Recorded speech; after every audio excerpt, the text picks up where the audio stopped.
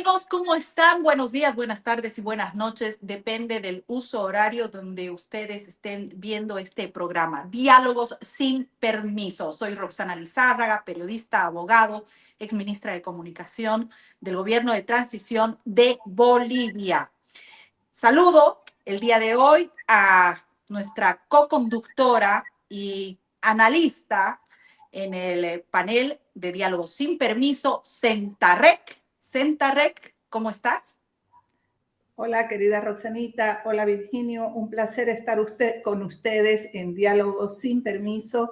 Bueno, soy Sentarrec, como dijo Roxana, senadora nacional en este momento y ahora, en este programa queriendo generar un espacio de análisis, un espacio de búsqueda de mejores oportunidades para nuestro país. Un placer, Virginio, también estar con vos hoy día. Escritora, una reconocida psicóloga del país. Eso más faltaba para la presentación de Sentarrec. Y Virgilio Lema, representante de El Búnker, uno de los programas a nivel nacional e internacional reconocido.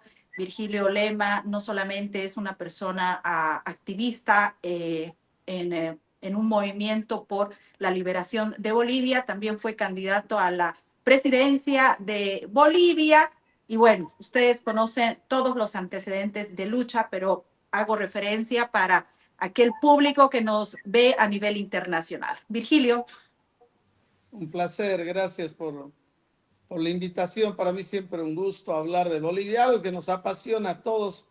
A los tres nos encanta hablar. Así que, ¿sabes qué? Va a ser algo muy entretenido, estoy seguro. Muchísimas gracias por la invitación.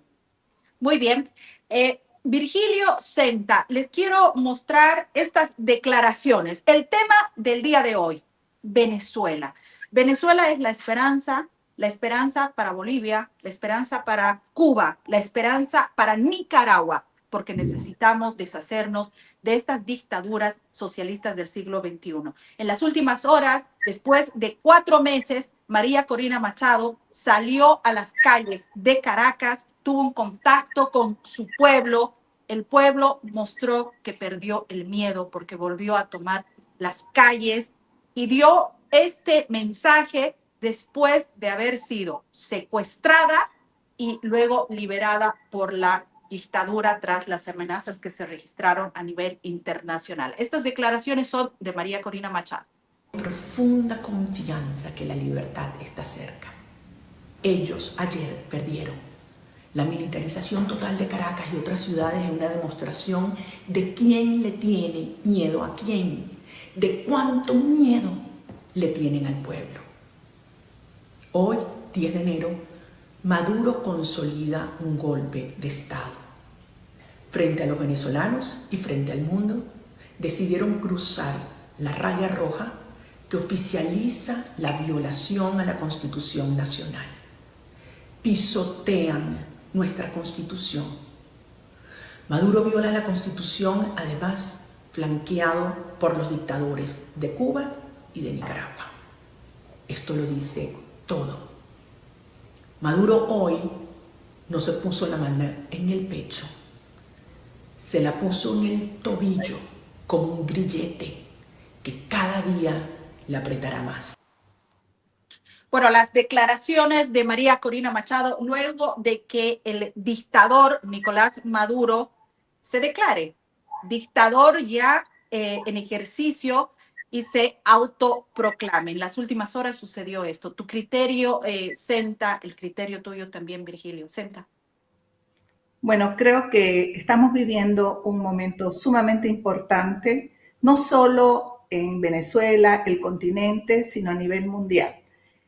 Para mí, lo importante es el trabajo que ha hecho Corina Machado, los venezolanos, la oposición venezolana, para poder hacer un trabajo tan esmerado, tan firme, tan bien concebido, con una metodología, con criterio y generando adhesiones mundiales y acciones que están más allá solamente de esta eventualidad de que Maduro haya usurpado, como se preveía que iba a ser, el poder. Hay mucha gente desilusionada, porque Maduro igual se juramentó. No, tenía que hacerlo. Eso es lo que nos aclara Corina Machado, que era previsible que lo haga, porque esa es la acción, la reacción que tiene un dictador, seguir usurpando, porque no tiene otra posibilidad. Sin embargo, los mecanismos internacionales se han empezado a accionar, en el sentido de que Donald Trump hace un aumento de la recompensa por Maduro y sus secuaces, dos de sus secuaces más acérrimos, los personas torturadoras del régimen, y definitivamente esto es una alerta, es un mensaje muy claro, muy contundente, de que no se va a permitir que Maduro continúe usurpando. Eso sumado a adhesiones de importantes países a la causa venezolana, al respeto del voto popular, el acompañamiento que se le ha hecho a Edmundo González hasta la frontera con República Dominicana, el compromiso de Nayib Bukele también con generar la posibilidad de deponer, de sacar esta dictadura. Hay personajes muy importantes que están muy serios, ex cancilleres, toda esta movilización a nivel mundial sumada a la inmensa fortaleza de los venezolanos nos da un camino. Creo que es eso de lo que tenemos que hablar hoy día. Todos tienen diferentes criterios sobre lo que ha pasado y realmente hay mucha gente que se ha desmotivado. ¿Cuál es tu criterio, Virgilio? A ver, yo traeré a la mesa un elemento nuevo, por lo menos que es parte de la información que ha pasado muy rápida y creo que no le estamos dando la importancia que requiere. La dictadura de Venezuela, para lograr lo que ha logrado ayer, juramentarse a espaldas al pueblo, no ha habido esa gran manifestación donde millones estaban para aplaudirlo, ya no hay quien lo aplauda. Pero ayer ha ocurrido algo, bueno, esto viene desde hace varias semanas, que es muy importante que lo pongamos en la mesa de análisis. Es el hecho de que Maduro ha tenido que entregarle todos los recursos naturales de Venezuela a los militares para lograr esto que ha ocurrido ayer. Al día de hoy, la dictadura de Venezuela está unida con los militares como con los recursos naturales. Todo el petróleo, todo el gas ha sido entregado a los militares para que los militares sigan apoyando a esta dictadura. Esta no es una cuestión menor. Han tenido que entregarle todo. ¿Para qué? Para continuar con la ilegalidad, para continuar con la dictadura. Esto tiene pies muy cortos en una interpretación personal. ¿Por qué?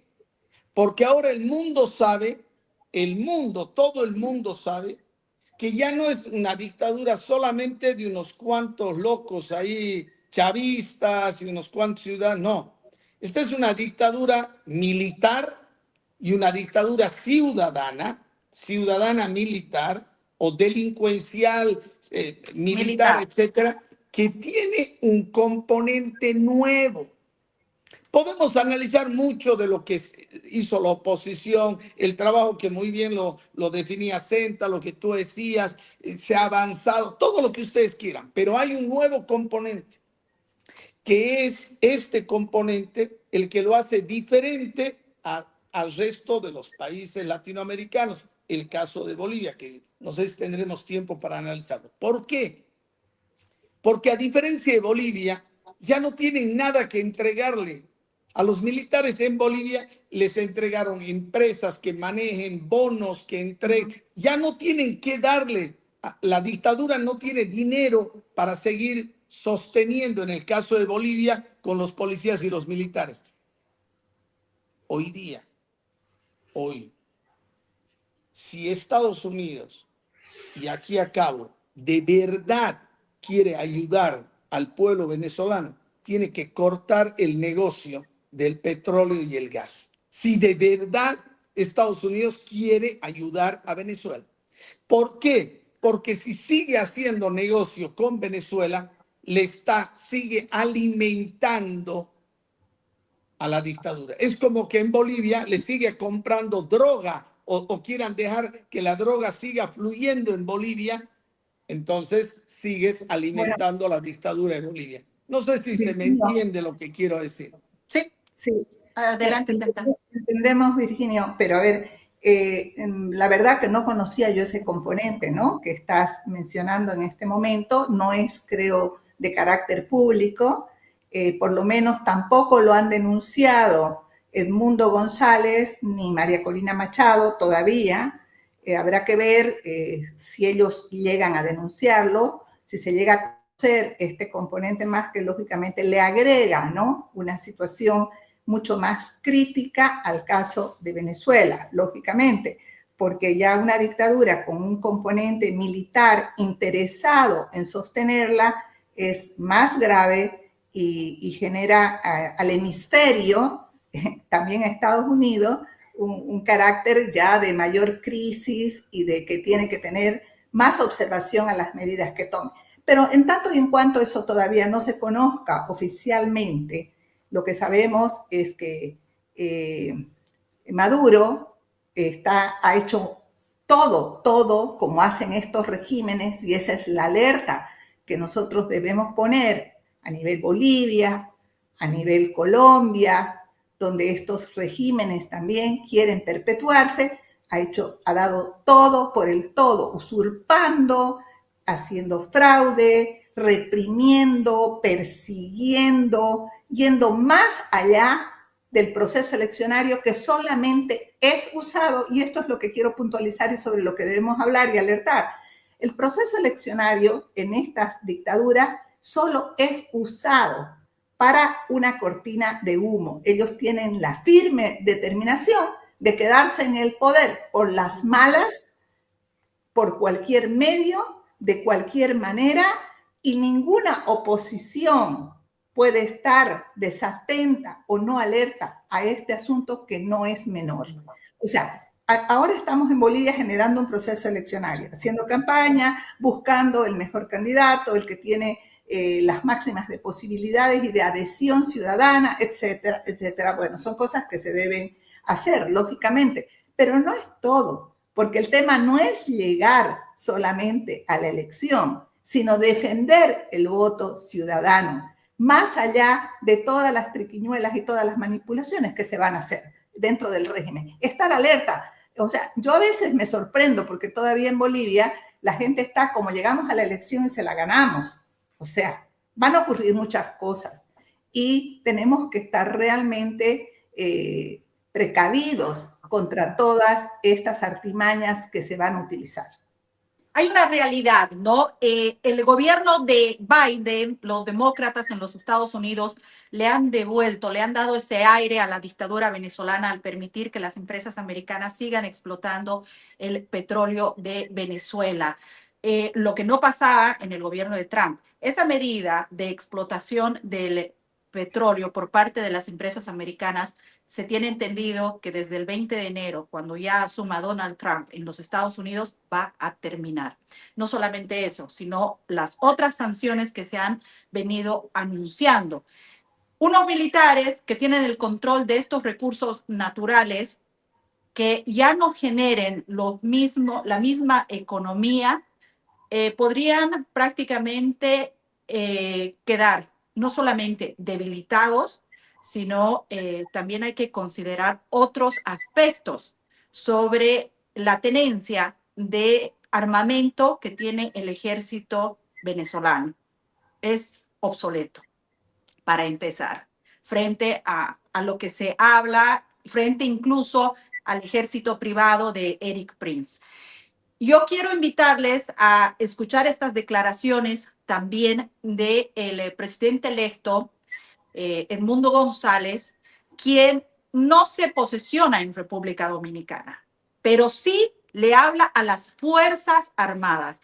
Y al parecer todo esto que está haciendo la dictadura, que ha cerrado cielos el día de ayer para que no vuele ninguna nave, que ha cuidado toda la frontera, que ha desplegado un movimiento increíble entre agentes cubanos, iraníes, Hezbollah y obviamente los militares pagados por el régimen para que nadie pueda ingresar a Venezuela, han logrado el objetivo de que él pueda autoproclamarse dictador en ejercicio en Venezuela sin ningún inconveniente, pero con un control total, Edmundo González más tarde hacía esta declaración que tenemos que tomarla en cuenta.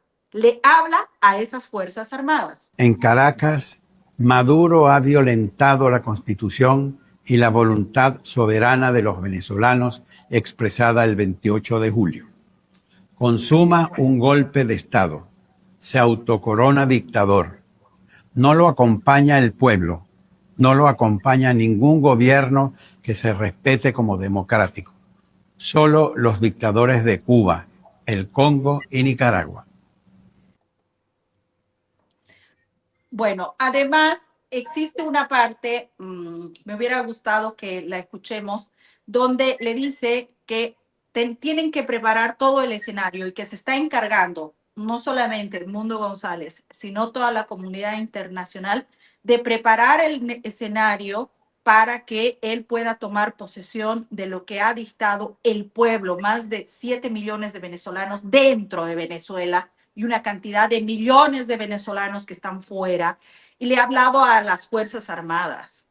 Le ha dicho, ustedes, yo soy el capitán en jefe de estas Fuerzas Armadas y ustedes tienen que trabajar conforme a la Constitución Política del Estado. Las bases es posible que obedezcan. Sabemos que mucha gente de las Fuerzas Armadas se ha separado de la dictadura y no está dispuesta a enfrentarse a su pueblo, y que los más interesados en el caso de los recursos naturales, en seguir trabajando con la dictadura para seguir llenándose sus bolsillos y ser parte de las organizaciones criminales en el mundo, son Padrino, Cabello, Diosdado Cabello, los militares que han estado viviendo de la delincuencia y de los recursos venezolanos.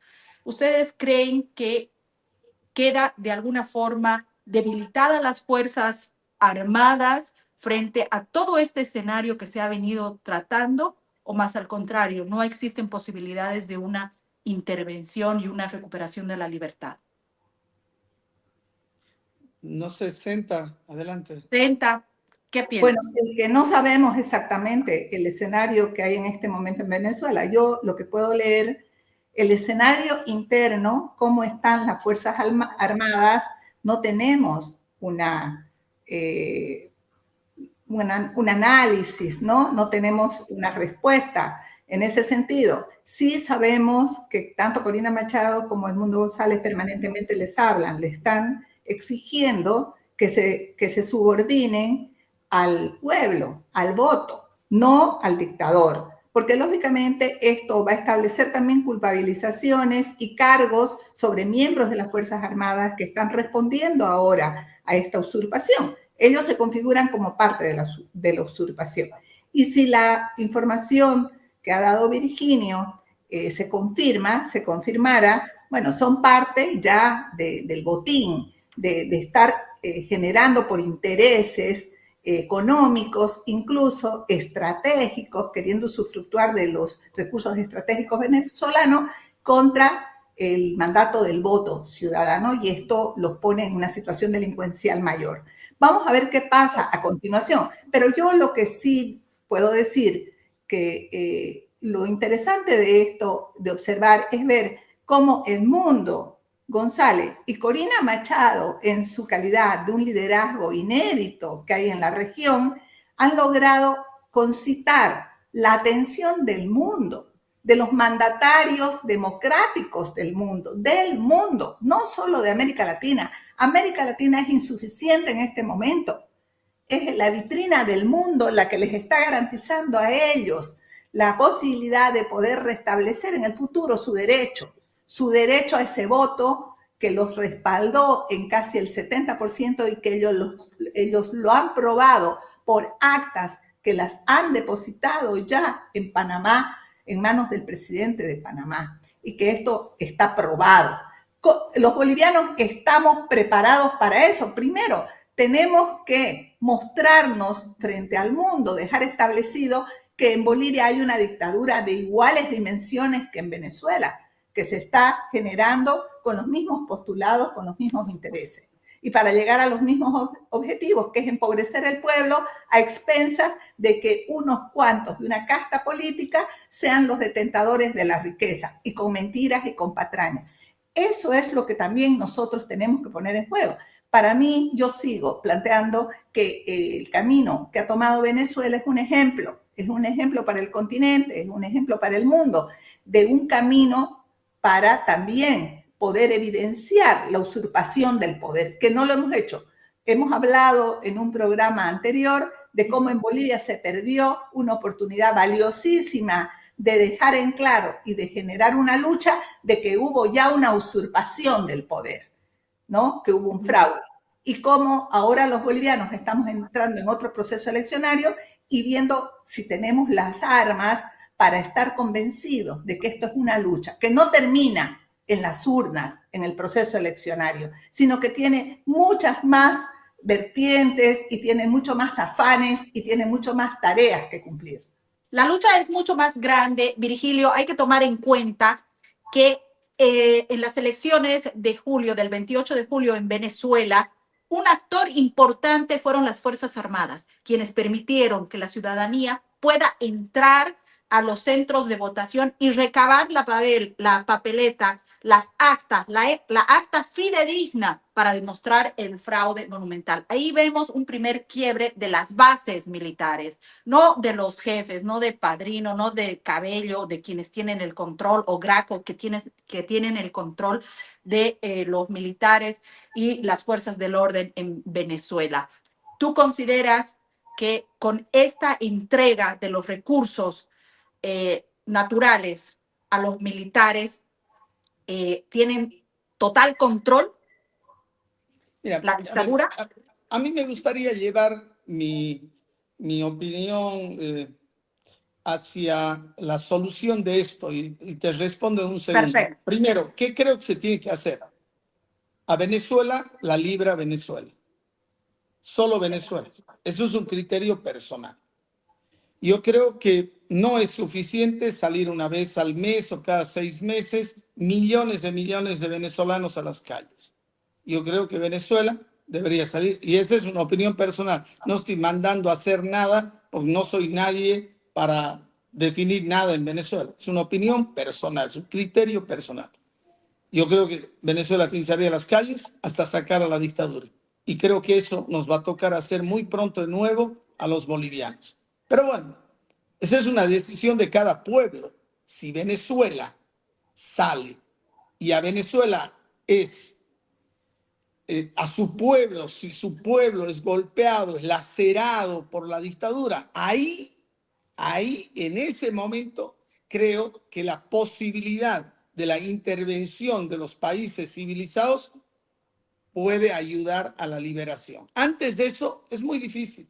Yo no creo que ningún país se atreva a intervenir en Venezuela para devolverle a los ciudadanos el poder de su voto. Solamente lo va a lograr hacer el pueblo venezolano.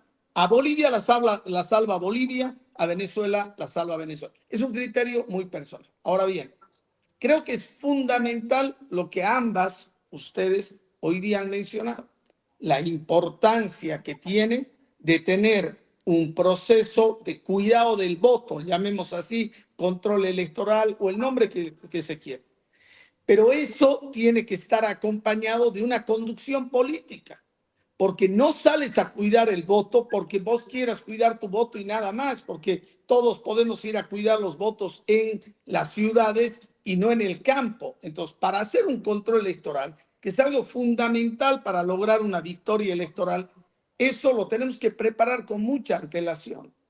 Lamentablemente, el 2019, nadie, ningún partido político tuvo la posibilidad o tuvo los recursos económicos, políticos, etcétera, para lograr hacer control electoral. El 2020 pasó exactamente lo mismo. Solo tuvimos 10.000 actas. De esas 10.000 actas, o un poquito más, el búnker hizo un informe que nosotros lo vamos a presentar en un libro. Ese informe data de 2020 pruebas del fraude electoral del 2020. Esas pruebas las hemos presentado al gobierno, a la fiscalía, a la OEA, al órgano electoral, etcétera, etcétera. Hemos presentado a los europeos, hemos presentado a los partidos políticos. 2020 pruebas del fraude de Bolivia. Nunca nos han tirado la mínima pelota. Ahí está, Virginio, quiero acotar en este momento, cuando vos decís nunca nos han tirado atención, la más mínima atención para todas las denuncias que hemos hecho. Bueno, creo que aquí, como el programa tiene su límite, podíamos ir puntualizando ciertas cosas. Un proceso para salir de una dictadura tiene muchas amenazas, tiene muchos puntos vulnerables. No se trata de una sola acción. Definitivamente vos has hecho hincapié ahora en la importancia de tener credibilidad y de lograr la atención del mundo también, como lo han hecho los venezolanos. Ellos han hecho un esfuerzo. Eso requiere un esfuerzo muy grande. Yo que asisto a convenciones internacionales, cuesta mucho lograr la atención de la gente que está inmiscuida en estos temas para que digan, sí, evidentemente estas denuncias son importantes, tenemos que tomarlas en cuenta. No es de buenas a primeras, es un esfuerzo muy grande de los bolivianos que tenemos que hacer. En segundo lugar, no puedo dejar pasar este programa sin decir algo que creo que es puntual. No podemos equivocarnos en la elección del líder que tiene que conducir este proceso. Eso es fundamental. En Venezuela lo estamos dando por hecho, pero ya hubieron muchos líderes que se amilanaron, que tuvieron miedo, que dijeron que decretaron de buenas a primeras que no había habido fraude, que etcétera, etcétera, que se desinflan apenas termina el proceso de las urnas. Este proceso tiene continuidad y la elección de la conducción es fundamental. ¿Quién va a ser capaz de sostener una verdad, de sostener la posibilidad de reivindicar el voto y todo el esfuerzo que ha hecho el ciudadano hasta llegar a depositar su voto en las urnas? ¿Quién lo va a defender? Ya hemos visto que en Bolivia no ha habido defensa del voto. Entonces, esa es una evidencia. El líder que conduzca este proceso tiene que tener las agallas, la fortaleza, la decisión, y se lo tenemos que exigir antes de declararlo como candidato. Entonces, primero también, ustedes incluso que están en el búnker queriendo hacer una primaria, que me parece excepcional, muy positiva, Virginio, pero la gran responsabilidad de mirar todos estos factores, que no es por una idea peregrina, porque votaron no sé cuántos funcionarios públicos, tener el cuidado necesario de cuidar las decisiones que se tomen en ese proceso de preselección. Y ahí tenemos que ser muy serios, porque si no hay conducción, ¿quién va a llevar al pueblo a la protesta? Nadie. O sea, te puedo cortar un segundo, Claro. mira, porque creo que quiero fortalecer lo que estás diciendo. Hay cosas muy positivas de la lucha de Venezuela que tenemos que emular.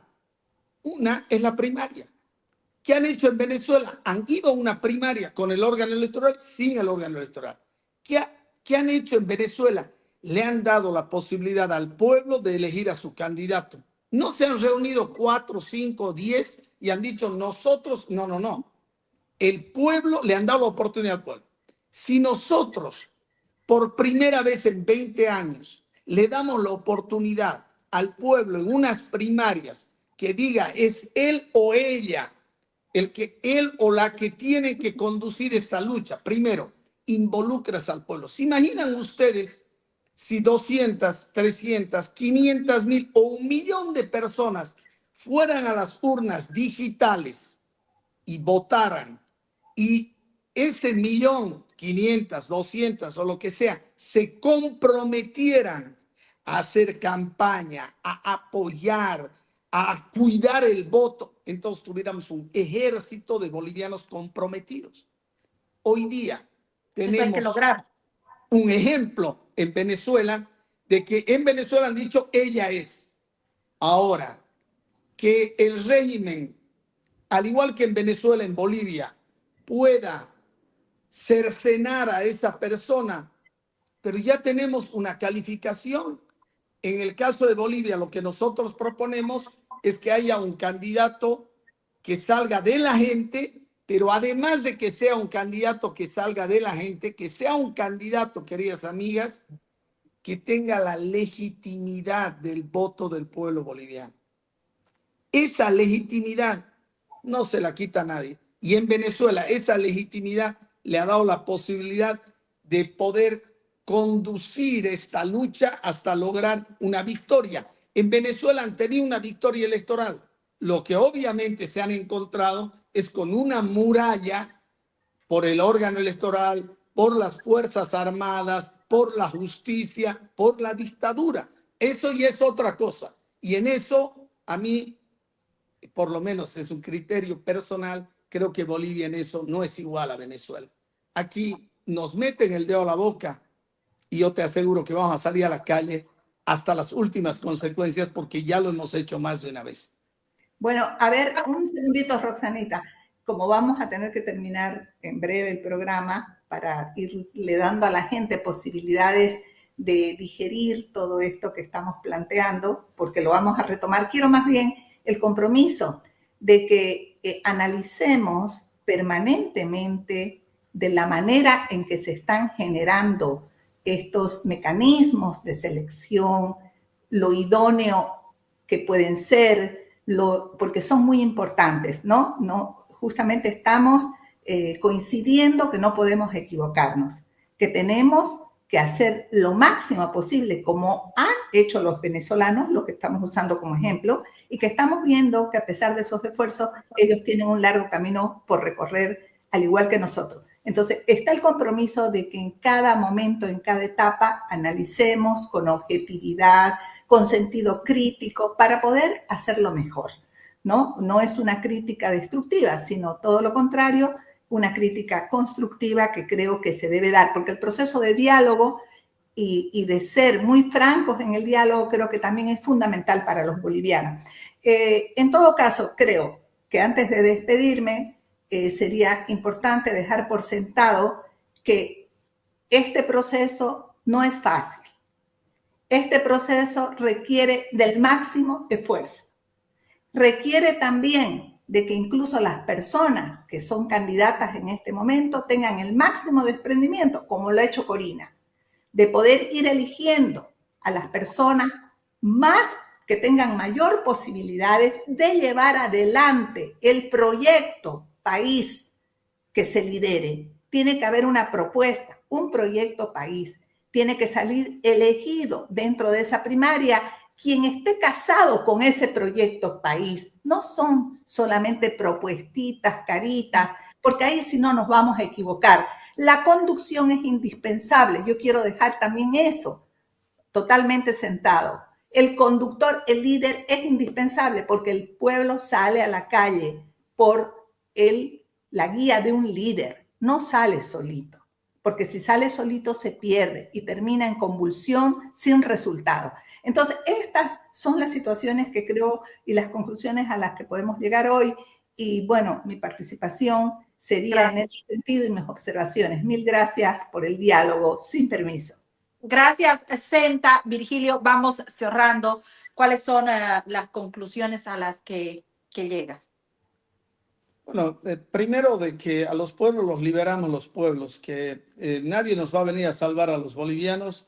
Yo creo que nosotros los bolivianos tenemos muchísimos problemas y que debemos resolverlos nosotros. Está bien que miremos Venezuela porque en Venezuela vamos a ver una forma de proceder aquí en Bolivia. En Venezuela han cooptado el poder judicial y han cooptado el poder electoral. Esas son dos de las joyas de la corona. Aquí en Bolivia las joyas de la corona son el órgano electoral y la justicia. para desbaratar esto. Primero, ya hemos comenzado haciendo algo diferente con la justicia. Probablemente no sea suficiente, hay que hacer muchas cosas más. Pero hoy día tenemos un gravísimo problema que se llama órgano electoral.